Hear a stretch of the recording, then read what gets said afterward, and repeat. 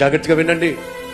ఆదాము నుండి అబ్రహాం వరకు 2000 సంవత్సరాలు, అబ్రహాం నుండి యేసుక్రీస్తు యొక్క జన్మ వరకు 2000 సంవత్సరాలు, యేసుక్రీస్తు యొక్క జన్మ నుంచి నేటి వరకు 2000 సంవత్సరాలు, మొత్తం కలిపి 2+2+2 మొత్తం వినండి 6000 సంవత్సరాలు. బైబిల్ సెలవిస్తుంది, పేతురు రాసిన పత్రిక 3వ అధ్యాయము మనం చదివినటువంటి 8వ వచనంలో ఏముంది? దేవుడి దృష్టిలో ఒక దినము ఏమిటట? 1000 సంవత్సరాలు. ఇప్పుడు 6000 సంవత్సరాలు ఈక్వల్ టు దేవునికి దృష్టిలో ఎన్ని దినాలు చెప్పండి? 6 దినాలు. 6 దినాలు ముగిసిపోయినాయి అనుకోండి. దేవుడు 7వ రోజున పని చేశాడా? పని చేయలే. 7వ రోజు ఏమిటట? విశ్రాంతి. అనగా ఎన్ని సంవత్సరాలు గడిచిపోయినాయి? 6000 సంవత్సరాలు, అనగా 6 దినములు గడిచిపోయినాయి. అండ్ అర్థం తెలుసా? 6 రోజులు గడిచిపోయినాయి. టైం ఎంత అయిందో తెలుసా మీకు?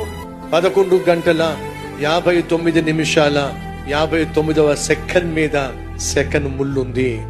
ఇంకొక సెకండ్ అయింది